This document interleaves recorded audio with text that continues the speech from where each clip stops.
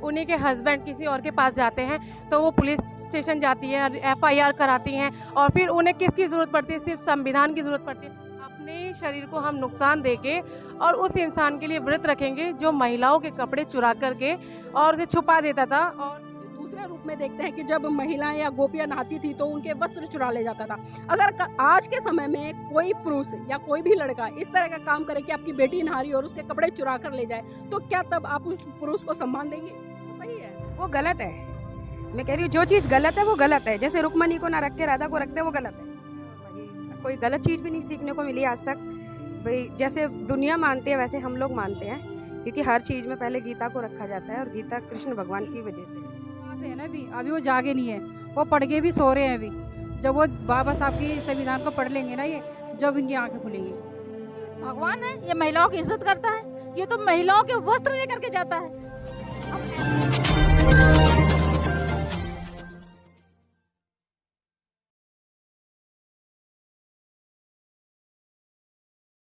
जय भीम, नमो बुद्धाय। साथियों, आप देख रहे हैं एनबी न्यूज़ 24/7 नीलम बोध के साथ। आज मैं बात करूंगी जन्माष्टमी के व्रत को लेकर, क्योंकि भारत देश में जो हिंदू महिलाएं हैं इस पर्व को बड़ी धूमधाम से मनाती हैं और इस दिन पूजा पाठ करती हैं और पूरा दिन भूखा रहकर न जाने किस किस तरह की मंगल कामनाएं करती हैं और अपने लिए बहुत सारी इच्छाएं मांगते हैं। तो इसी कड़ी में मेरे साथ में यहाँ पर बहुत सारी महिलाएं हैं, उन्हीं से चर्चा करेंगे कि कल जो जन्माष्टमी का व्रत है क्या वो रखती है या नहीं रखती, और रखती है तो क्यों रखती है, और नहीं रखती तो क्यों नहीं रखती। मेरे साथ में यहाँ पर एक महिला है, मैं उनसे जानना चाहूँगी कि कल जन्माष्टमी का व्रत है, किस तरह से देखते हैं आप इसको? इस व्रत को रखते हैं या नहीं रखते हैं? नहीं, मैं तो इस व्रत को बिल्कुल भी नहीं रखती हूँ। क्यों नहीं रखते हैं? क्योंकि मैं इसमें बिल्कुल भी विश्वास नहीं करती हूँ कि ये व्रत रखने से नहीं हमारा कुछ अच्छा होगा। तो यहाँ पर हमारे साथ में और भी महिलाएं हैं, उनसे भी जानना चाहेंगे। जी, मैं ये व्रत नहीं रखती। हम जानना चाहेंगे कि आप इस व्रत को क्यों नहीं रखते हैं? क्योंकि मुझे ऐसा पाखंडवाद जैसा ये व्रत मुझे समझ ही नहीं आता। जब पहले लोग रखते थे, मैं भी रखती थी, लेकिन मुझे इसके बारे में पता चल गया कि ये किस टाइप का इंसान है। ये कृष्ण जो कहते हैं ये किस टाइप का है। महिलाओं की तो इज्जत के लिए कि भगवान है, ये महिलाओं की इज्जत करता है, ये तो महिलाओं के वस्त्र लेकर के जाता है। हम ऐसे भगवान को, ऐसे इंसान को भगवान क्यों कहें? और भगवान ऐसे होते हैं जो महिलाओं की इज्जत ना करें। उनके सरेआम कपड़े उठा कर ले जाना, ये भगवानों के लक्षण होते हैं? नहीं, मैं नहीं रखती, ऐसे भगवान का व्रत नहीं रखती। जी, आपने अभी बताया कि मैं पहले रखती थी और अब नहीं रखती, तो ऐसी कौन सी चीज़ें घटी या कोई ऐसी घटना घटी या आपको कोई जानकारी मिली किसी पुस्तक के माध्यम से या विचारकों के माध्यम से कि आपने इस व्रत को रखना छोड़ दिया? हाँ, मुझे बहुत बड़ा ज्ञान हुआ। पहले मैं अनभिज्ञ थी, लेकिन जब से मैंने अपने मसीहा बाबा साहब को जाना और उनको पढ़ा, और बाबा साहब ने मुझे क्या, सभी महिलाओं को, सभी मनुष्यों के लिए ये 22 प्रतिज्ञाएं ऐसी दी हैं कि उनको पढ़ कर के हमें पूरा ज्ञान हो गया कि ये क्या है, हम इनको क्यों माने। और हमारे बाबा साहब ने तो हमें ऐसा मार्ग दिखाया है कि ऐसे पाखंडवाद जैसी चीज़ों को तो लात मारना बहुत अच्छा है। हम इतने समय तक मनाते आए, मुझे इस चीज़ का बहुत दुख है कि मैं पहले क्यों नहीं जानी।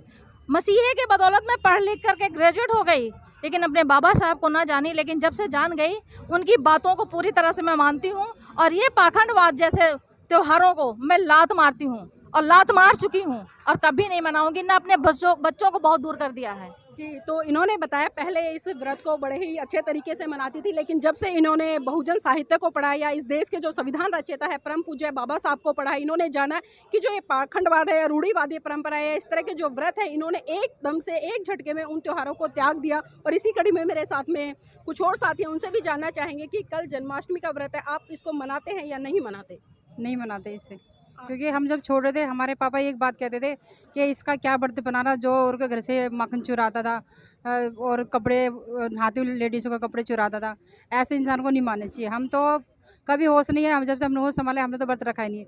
और अब हमारे बच्चे लिखे पढ़े हो गए, हम तो नहीं लिखे पढ़े इतने, लेकिन ये जब से बाबा साहब को जानने लगे तो हमें बहुत अच्छा लगता है इस मतलब बुद्ध धर्म में आके। जी, लेकिन हम देखते हैं कि बहुत सारी महिलाएं हो, चाहे उनमें लड़कियां हैं जो कवारी हैं या शादीशुदा हैं, वो इस व्रत को रखती हैं, तो इसके पीछे क्या कारण हो सकता है? अंधविश्वास है ना। अभी वो जागे नहीं है, वो पढ़ के भी सो रहे हैं। अभी जब वो बाबा साहब की संविधान को पढ़ लेंगे ना, ये जब इनकी आंखें खुलेंगी। तो इस तरह की महिलाओं के लिए क्या संदेश देना चाहेंगे जो इस तरह से परंपराओं को फॉलो करते हैं? यही है कि इन्हें पढ़ना चाहिए।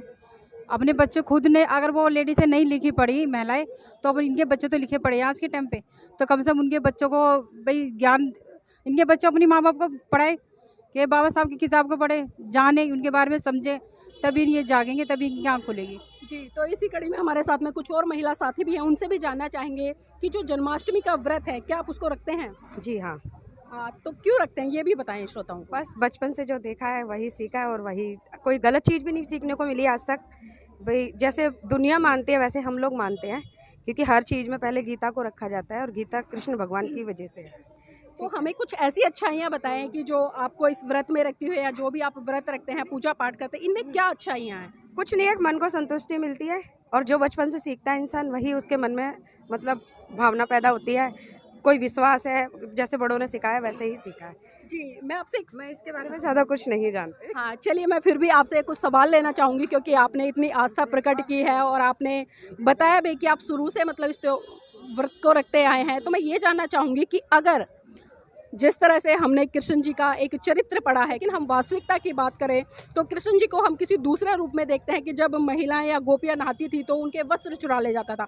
अगर आज के समय में कोई पुरुष या कोई भी लड़का इस तरह का काम करे कि आपकी बेटी नहा रही और उसके कपड़े चुरा कर ले जाए, तो क्या तब आप उस पुरुष को सम्मान देंगे? नहीं, बिल्कुल नहीं, बिल्कुल नहीं देंगे। आज जिस तरह से कृष्ण जी शादीशुदा होते हुए, क्योंकि उनकी पत्नी जो रुक्मणी थी और उसके बावजूद भी वो मतलब जो राधा थी उसके साथ में रासलीला हमने काफ़ी सुने, उनके प्रेम प्रसंग सुने हैं कि वो किस तरह से, क्योंकि आज हम अपनी बेटी को गोपी बनाने तक भी उतारू हो जाते हैं। हम स्कूल में देखते हैं बहुत सारे कार्यक्रम होते हैं कि छोटे छोटे बच्चे सज धज कर जाते हैं, वहाँ पर लड़कों को कृष्ण बनाया जाता है और लड़कियों को राधा बनाया जाता है, लेकिन वहाँ पर कभी भी रुक्मणी नहीं बनाया जाता। और अगर आज यही चीज़ें, चाहे आपका पति हो, आपको छोड़कर अगर वो किसी अन्य महिला के साथ में प्रेम संबंध बनाता है, तो आप उसको किस तरह से देखते हैं? गलत उससे ही देखा जाएगा, जो सच्चाई है वो सच्चाई है। मतलब आप ये मानते हैं कि आपका पति दूसरी महिला के साथ में अगर प्रेम करता है तो वो सही है? वो गलत है। मैं कह रही हूँ जो चीज़ गलत है वो गलत है, जैसे रुक्मणी को ना रख के राधा को रखते हैं वो गलत है। तो अब आप यही बताइए ना, खुद बताइए कि जिस तरह से आप कृष्ण जी के व्रत रखते हैं, क्योंकि व्रत हम हमेशा उस व्यक्ति के रखते हैं जो कोई ना कोई समाज में अच्छा मैसेज देता है, या उसको हम आदर्श मानते हैं, या उनके सिद्धांतों पे चलते हैं। आपको इस बारे में पहले ही बता दिया, जो हमने सीखा है बचपन से, हमने अपने बचपन से जो चीज़ सीखी है हम वही चीज़ अपने मन में रखते हैं। तो क्या आपने ये सारी चीजें सीखी हैं कि कोई भी पुरुष दूसरी महिलाओं को कपड़े चुरा कर ले जाता है, या उनके प्रति जो उनका दृष्टिकोण है वो बहुत ही गलत होता है?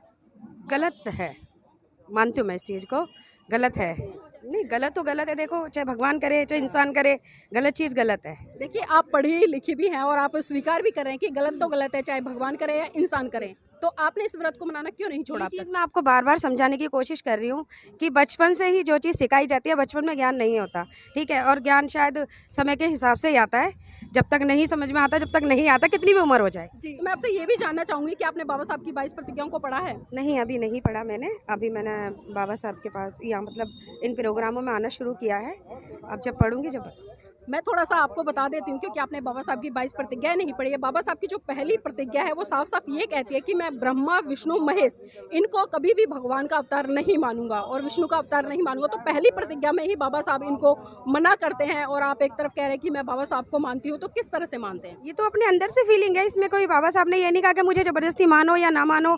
कई मतलब इस समाज के लोग भी हैं जो व्रत करते हैं बहुत सारे, और बचपन से हमने देखा, हमारे साथ रहे हैं, काफ़ी अच्छे से धूमधाम से मनाते हैं। जाटव समाज बहुत अच्छे से मनाती है जन्माष्टमी को भी, लेकिन किसी को ज्ञान है किसी को नहीं है। तो चलिए ठीक है, जो भी इन्होंने बताया वो इनका ज्ञान था, इनका अपना ज्ञान है। हम इनके ज्ञान पे कुछ हमने प्रश्न चिन्ह तो लगाए हैं, अगर ये जागते हैं और सही दिशा में जाते हैं। इसी कड़ी में हमारे साथ में कुछ और साथी हैं, उनसे भी जानना चाहेंगे कि आप इस त्योहार, इस व्रत को किस तरह से देखते हैं, मनाते हैं या नहीं मनाते हैं? जी, मैं इस त्यौहार को नहीं बनाती हूँ और बचपन से ही मैंने कभी बनाया नहीं है, लेकिन हाँ मैंने इस व्रत को महिलाओं को बहुत करते हुए देखा है। सुबह इस व्रत को करती है और रात को 12 बजे इस व्रत को खोलती हैं। मैं कहती हूँ ऐसा व्रत करने से क्या फ़ायदा। जो चलिए एक चीज़ और मैं जानना चाहूँगी, आपने कहा है कि भाई जो घर में सिखाया जाता है, हम अक्सर देखते हैं कि जो हमारे बड़े बुजुर्ग थे वो अनपढ़ रहते थे, लेकिन आज जो हमारी पीढ़ी है, हम चाहते हैं कि हमारे बच्चे अच्छे पढ़ लिख कर IPS ऑफिसर बने, जज बने, इंजीनियर बने, डॉक्टर बने, यहाँ तक कि इस देश के प्रधानमंत्री बने। तो हम बदलाव चाह रहे हैं, लेकिन आप आज भी हम देख रहे हैं कि उन रूढ़िवादी परंपराओं में उलझकर आज भी स्वीकार कर रहे हैं कि जो कृष्ण का व्रत है हमारे परिवार वाले करते आए हैं, तो इसलिए कर रहे हैं। तो परिवार वाला व्यक्ति अगर कोई गलत काम करता है तो आप भी उसको करेंगे? कोई व्रत करने वाला कभी गलत नहीं होता, ये अपनी अपनी भावना है। मैं पढ़ी लिखी नहीं हूँ, लेकिन मेरी बेटी BCom फाइनल है और मेरे बेटा BA कर रहा है, ठीक है। मैं अनपढ़ होकर भी अपने बच्चों को पढ़ा रही हूँ। बाबा साहब ने ये कभी नहीं कहा कि किसी का विरोध करो, बाबा साहब के बारे में बहुत लहर रही हूँ मैं इस समाज में, लेकिन बाबा साहब ने बचपन से देखा है, हमने सुना है, मैंने बहुत रैलियाँ भी की हैं छोटेपन में 14 अप्रैल की, ठीक है, लेकिन बाबा साहब कभी ये नहीं सिखाते। अपने शरीर को हम नुकसान देके और उस इंसान के लिए व्रत रखेंगे जो महिलाओं के कपड़े चुरा करके और उसे छुपा देता था, और अपनी वाइफ होने के बावजूद भी वो दूसरी महिला से संबंध था उसका। अगर आज के तौर पे अगर हमारी घर की महिलाएं अगर आज के टाइम पर हमारा हस्बैंड या हमारा भाई किसी दूसरी लड़की को देखे तो विरोध करते हैं। क्यों करते हैं? वो इसलिए करते हैं क्योंकि संविधान जो लिखा है वो हमारे बाबा साहेब ने लिखा है, और बाबा साहेब भी एक इंसान थे। अगर ये भगवान कुछ थे तो बाबा साहेब को क्यों इन्होंने मंदिर में घुसने नहीं दिया, पानी नहीं पीने दिया? जिस पानी को एक जानवर पी सकता था और बाबा साहेब नहीं पी सकते थे, वो अधिकार आज बाबा साहब ने हमारे को मतलब पानी पीने का अधिकार दिया। आज की महिलाएं इतनी पढ़ी लिखी हैं और उनको ये ज्ञान नहीं है कि हमारे बाबा साहब कौन है। मैं बाबा साहब को मानती हूँ शुरू से। बचपन में भी मैंने इस व्रत को देखा तो मेरे पिताजी बिल्कुल भी पढ़े लिखे नहीं, लेकिन उन्होंने कभी हमारे को अपने घर में भगवान की मूर्ति पूजा करने बिल्कुल भी नहीं दी। और मैं अपने पिताजी का बहुत मानती हूँ कि उन्होंने मुझे ऐसे आडंबर से और ऐसे अंधविश्वास से मुझे उन्होंने दूर रखा, और मैं बाबा साहब और बुद्ध भगवान को बहुत अच्छे से मानती हूँ। और मैं आगे जो जनरेशन होगी या जो जितनी महिलाओं से मैं मिलती हूँ मैं उन्हें बताती हूँ तो वो कहते हैं आप पागल हो, आप समझदार नहीं हो। मैंने कहा कोई बात नहीं, अगर जिस बाबा साहेब ने हमारे को जीने का अधिकार दिया, ये नहीं सिर्फ हमारी कास्ट को जीने का अधिकार दिया जाटव समाज, बाबा साहब ने हर महिला, इस देश की जितनी भी महिलाएं हैं, अदर कास्ट की हो या मतलब एससी हो या जनरल हो, सभी महिलाओं को उन्होंने हिंदू कोडविल में अधिकार दिया है अपनी मर्ज़ी से जीने का, अपनी मर्ज़ी से बोलने का, खाने पीने का। आज जो महिलाएं पुरुष के सामने खड़ी हैं वो सिर्फ हमारे बाबा साहब की बदौलत है, किसी देवी देवता की वजह से नहीं है। अभी आपने बात करी जिस तरह से बताया कि जो कृष्ण जी का व्रत है आपके परिवार से मतलब पूरी तरह से नकारा गया है, बचपन से ही आपको सिखाया गया है कि आपको अगर मानना है तो किसी आदर्श व्यक्ति को मानना है, और आपने बाबा साहब को उसमें स्वीकारा है, बाबा साहब को माना है। लेकिन जो लोग इस व्रत को मनाते हैं और ये भी कहते हैं कि वो तो कृष्ण जी की लीलाएं हैं, भगवान की लीलाओं पे किस तरह के सवाल, तो उनको क्या कहना चाहेंगे? मैं उन महिलाओं के कहना चाहती हूँ जो इस व्रत को करती है। आज वो कहते हैं कृष्ण जी की लीला है, अगर उन्हीं के घर के उन्हीं के हस्बैंड किसी और के पास जाते हैं तो वो पुलिस स्टेशन जाती है, FIR कराती हैं, और फिर उन्हें किसकी ज़रूरत पड़ती है? सिर्फ संविधान की ज़रूरत पड़ती है। और संविधान किसने लिखा है? उनके बाप ने लिखा है। उन्हें ये नहीं मालूम है कि संविधान जिस बाप ने लिखा है हम उसको तो मान रहे नहीं है, और जो आलतू फालतू लोग हैं उनकी हम पूजा कर रहे हैं।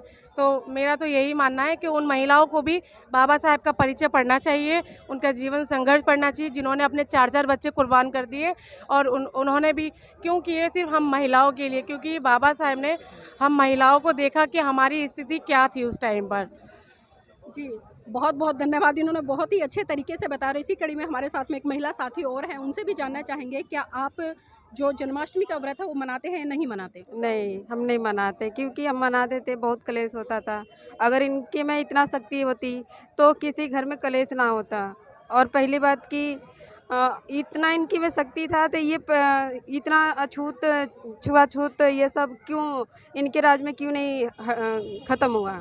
तो ये थी हमारे साथ में बहुत सारी महिलाएं जिन्होंने अपने अपने विचार रखे। कुछ महिलाओं का विचार ये था कि जो जन्माष्टमी का व्रत है वो हमें मनाना चाहिए, लेकिन बहुत सारी महिलाओं ने बड़े ही तार्किक तरीके से उत्तर दिया है कि हम इस व्रत को नहीं मनाते, क्योंकि इस व्रत के पीछे जो परंपराएं लादी गई है, जो अंधविश्वास लादा गया है, जो रूढ़िवादी लादा गया है। खासकर एक महिला ने बड़े अच्छे तरीके से बोला कि अगर आज कोई भी पुरुष अपने घर में दूसरी महिला ले आता है तो उसकी महिला इतनी जागरूक होगी कि वो तुरंत बाबा साहब के संविधान के माध्यम से उस पर FIR कराएगी और कानून का सहारा लेकर अपने लिए एक न्याय की गुहार लगाएगी। तो ये है परम पूज्य बाबा साहब के संविधान में शक्ति कि आज एक पुरुष के साथ में एक महिला ही विचरण कर सकती है, रह सकती है।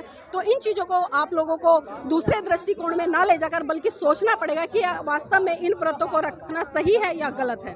अपना चैनल, आपका चैनल, समाज का चैनल, देश का चैनल NB News 24/7 को आप लाइक करें, सब्सक्राइब करें और ज़्यादा से ज़्यादा इसकी वीडियो को शेयर करें, ताकि हर खबर को मैं आप तक आसानी से